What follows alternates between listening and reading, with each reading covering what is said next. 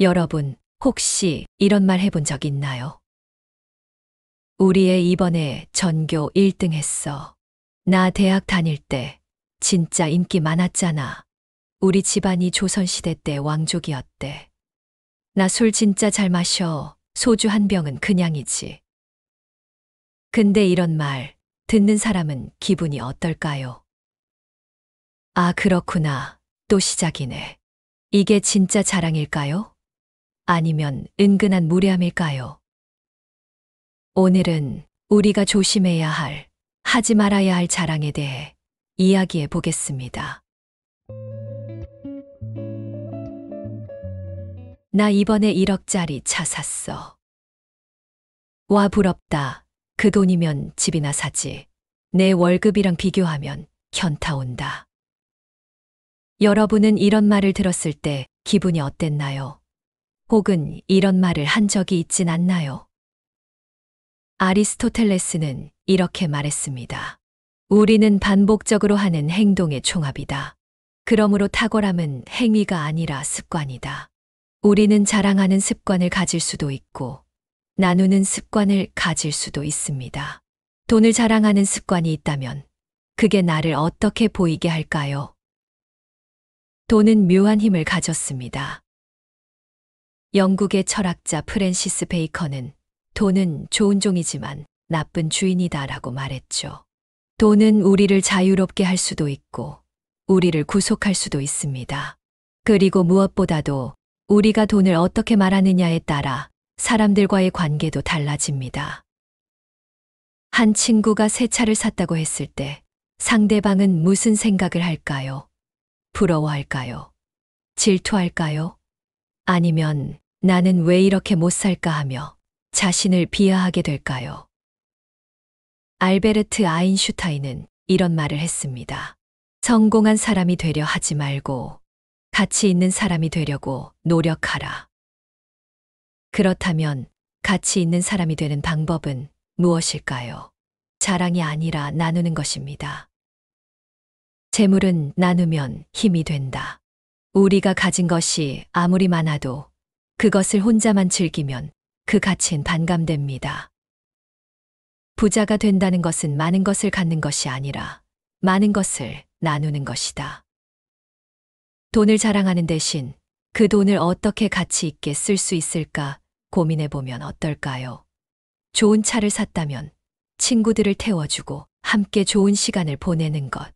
멋진 집을 장만했다면 가족과 친구들을 초대해 따뜻한 한 끼를 나누는 것.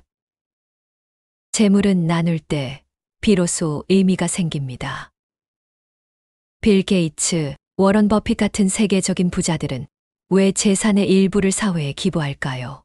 진짜 부자는 돈을 보여주는 사람이 아니라 돈을 흘려보내는 사람이기 때문입니다. 가장 위대한 부자는 자신의 부를 통해 세상을 조금 더 나은 곳으로 만드는 사람이다. 그렇다면 여러분은 어떤 사람이 되고 싶으신가요? 자랑하는 사람, 아니면 나누는 사람? 돈을 자랑하는 순간 사람들은 여러분을 질투하거나 멀리할 수도 있습니다. 하지만 돈을 나누는 순간 사람들은 여러분을 존경하고 함께하고 싶어 합니다. 이제 여러분의 선택입니다. 자랑이냐, 나눔이냐? 여러분은 어떻게 생각하시나요? 우리 애 이번에 전교 1등 했어. 너네 애는 성적 어때? 와, 대단하네. 우리 애 성적은 별론데 괜히 비교되는 느낌이네. 또 시작이네. 저 집 애는 원래 잘하잖아. 여러분은 이런 말을 들었을 때 기분이 어땠나요? 혹시 이런 말을 한 적은 없나요? 러시아의 대문호 톨스토이는 이렇게 말했습니다. 모든 가정은 저마다의 방식으로 행복하다. 부모라면 누구나 자기 자식을 자랑하고 싶은 마음이 있습니다. 그 마음이 잘못된 건 아니지만 문제는 그 자랑이 누군가에게 부담이 될 수 있다는 겁니다. 칭찬과 자랑, 그 차이는 무엇일까요? A. 우리 애 이번에 전교 1등 했어. B. 아, 우리 애는 그냥 그럭저럭이야. 여기서 B 부모의 마음은 어땠을까요? 혹시라도 자기 자녀가 비교 대상이 된 것 같지는 않을까요? 미국의 교육학자 존 듀이는 이렇게 말했습니다. 비교는 배움이 아니라 열등감을 낳는다. 아이들은 저마다 다른 속도로 성장합니다. 누군가는 공부를 잘하고, 누군가는 예체능에 재능이 있고, 누군가는 공감 능력이 뛰어납니다. 그런데 부모의 자랑이 아이들에게 어떤 영향을 줄까요? 우리 엄마는 맨날 오빠랑 나 비교해. 난 공부보다 그림을 더 좋아하는데 엄마는 성적 얘기만 하셔. 심리학자 엘프리드 아들러는 이렇게 말했습니다. 모든 비교는 열등감을 심는다. 아이들은 사랑받는 느낌보다 인정받기 위한 경쟁을 더 강하게 배운다. 부모가 아이를 자랑하고 비교하는 순간 아이는 부모의 사랑을 조건부로 느낄 수도 있습니다. 내가 전교 1등을 해야 엄마가 기뻐할 거야. 내 성적이 안 좋으면 나는 부족한 아이일까? 칭찬과 자랑은 미묘한 차이가 있습니다. 자랑은 나를 기준으로 이야기하지만 칭찬은 상대방을 고려합니다. 자랑은 우리 애 전교 1등 했어이지만 칭찬은 우리 애가 열심히 노력해서 좋은 결과를 냈어입니다. 미국의 심리학자 캐럴 드웩은 성공보다 노력과 성장 과정이 더 중요하다고 말했습니다. 똑똑하다고 칭찬하면 아이는 실수할까봐 도전하지 않지만 노력한 걸 칭찬하면 끊임없이 성장합니다. 그렇다면 어떻게 하면 더 좋은 대화가 될까요? 자랑 대신 응원으로 바꿔보세요. A. 우리 애 이번에 전교 1등 했어. B. 와, 정말 대단하네. 노력 많이 했겠다. 우리 애는 요즘 미술에 푹 빠져 있더라고. A. 오, 멋지다. 그림 그리는 걸 좋아하나 보네.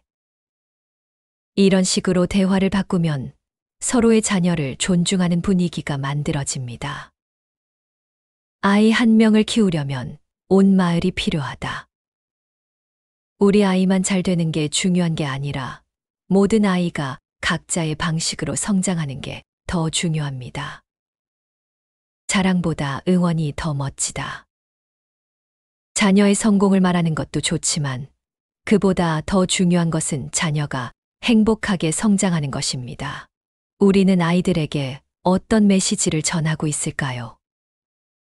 비교가 아니라 응원을, 자랑이 아니라 격려를 보내주세요. 이제 여러분의 생각이 궁금합니다. 여러분은 어떤 말을 들을 때 기분이 좋았나요? 그리고 부모님이 했던 말 중 어떤 말이 부담스러웠나요? 내가 예전에 서울대 다녔잖아. 너 어디 나왔어? 와, 대단하시네요. 그래서 지금 뭐 하시는데요? 난 지방대 나왔는데 기죽을 하는 거야. 여러분, 이런 말 들어본 적 있나요? 혹시 이런 말을 한 적은 없나요? 미국의 철학자 랄프 waldo 에머슨은 이렇게 말했습니다. 과거의 영광에 매달리는 것은 현재를 잃는 가장 쉬운 방법이다. 물론 학벌이 중요할 수도 있습니다. 좋은 학교에서 배운 경험이 도움이 될 수도 있죠.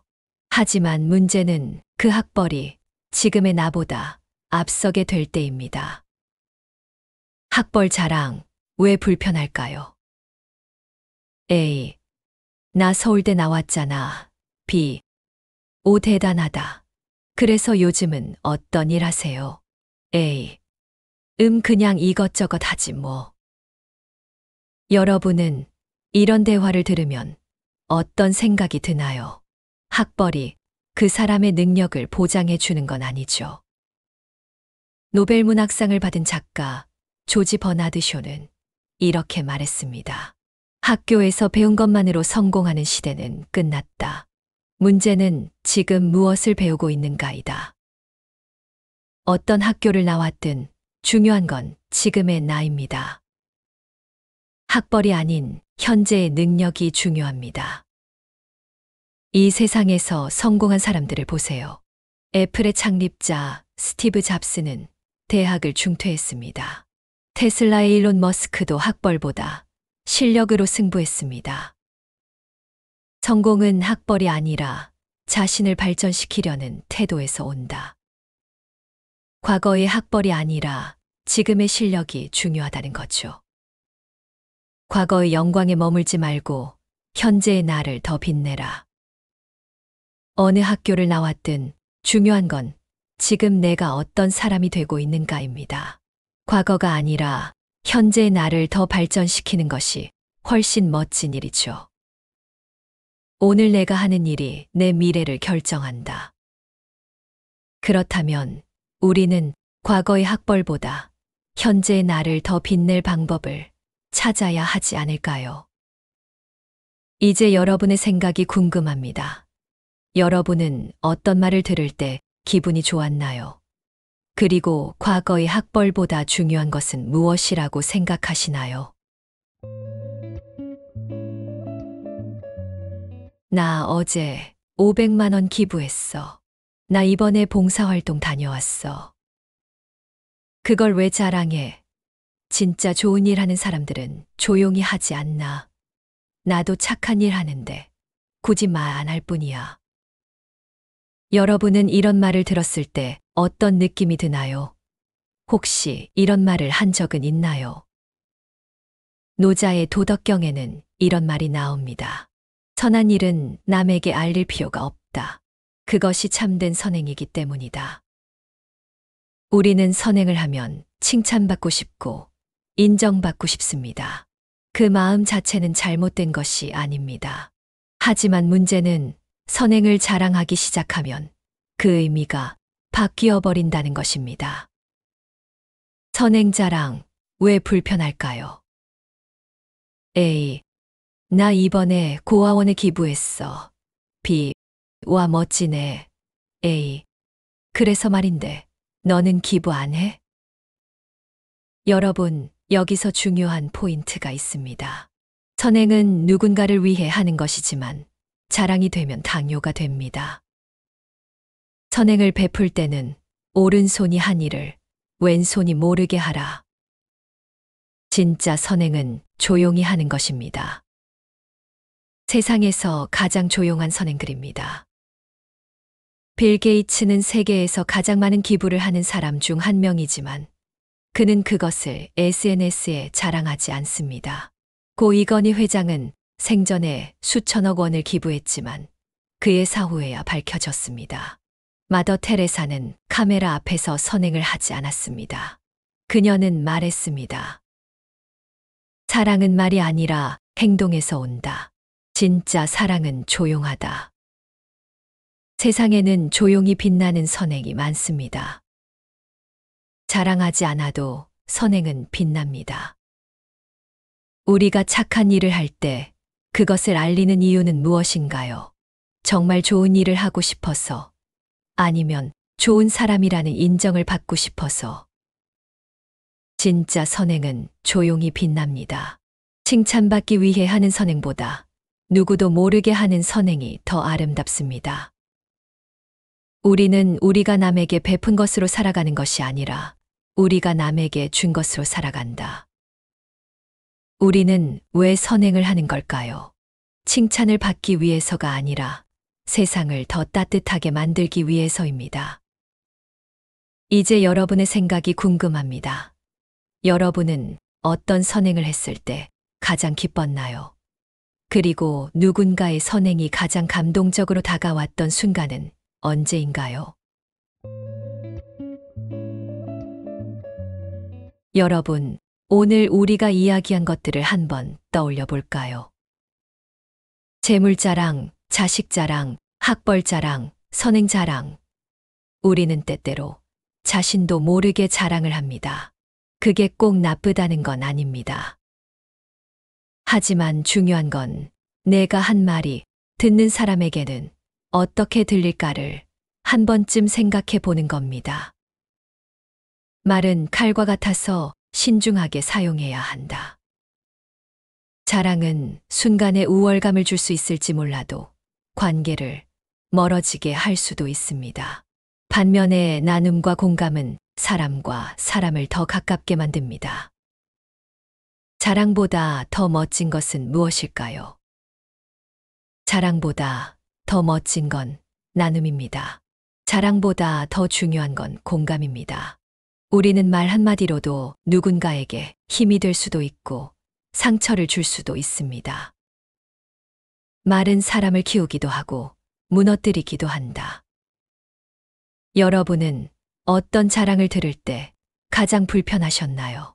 또 어떤 말이 가장 위로가 되었나요?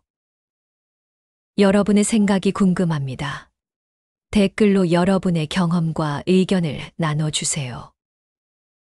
그리고 이 영상이 공감되셨다면 좋아요와 구독도 꼭 부탁드립니다.